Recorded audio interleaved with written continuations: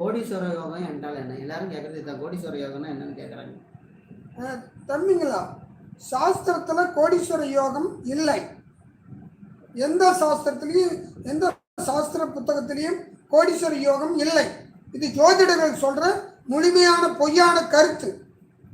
இதை யார் என்கிட்ட மறுத்து சொன்னாலும் அவங்களே சிறந்த ஜோதிடர். சாஸ்திரத்தில் கோடீஸ்வர யோகம் இல்லை.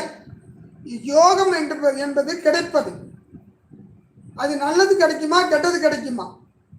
எந்த சாஸ்திரத்திலையும் கோடீஸ்வர யோகம் இல்லை. ஆதி காலத்தில் ஜோசியம் சொல்லும்போது கோடி ரூபாய் பணம் இருந்துச்சா? லூசு பிடிச்ச ஜோசியருங்க, மெண்டலுங்க, முட்டாளுங்க. எங்கேயா இருந்துச்சு? சாஸ்திரம் எழுதும்போது பணங்கிறது ஒன்று இருந்துச்சு ஐயா, கோடின்னு ஒன்று இருந்துச்சு ஐயா. ஐயா அப்பெல்லாம் பண்டம் மாற்றும் முறை. என்ன முறை? பண்டம் மாற்றும் முறை. சாஸ்திரம் எழுதும்போது இந்த முட்டாள் ஜோசியருங்களாம் வருமானத்துக்கோசரம் இதை உருவாக்கி உங்களை முட்டாள ஆக்கிக்கிட்டு இருக்கிறாங்க. நீங்கள் கேள்வி கேட்க தெரியல. சாஸ்திரம் எப்போ உருவானது? இப்பயா உருவானுச்சு? நீங்களாம் கேள்வி கேட்க மாட்டீங்களா ஐயா?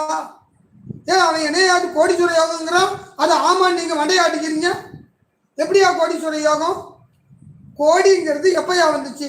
சாஸ்திரம் வரதுக்கு பின்னாடி வந்துச்சா முன்னாடி வந்துச்சா? சாஸ்திரம் எழுதணும் கோடின்னு எந்த சாஸ்திரத்தில் எழுதி வச்சிருக்கிறான்? நீங்களாம் சிந்திக்க மாட்டீங்களா? அப்படி யோகமே கிடையாது. அதுக்கு நான் வேற விளக்கம் சொல்லுவேன். எனக்கு தெரியும்.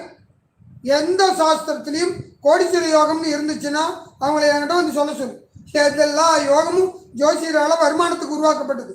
தோஷமும் யோகமும் உங்களுடைய பேராசையும் பெரு நஷ்டம். அதுக்கு வேற மாதிரி கேள்வி இருக்குது.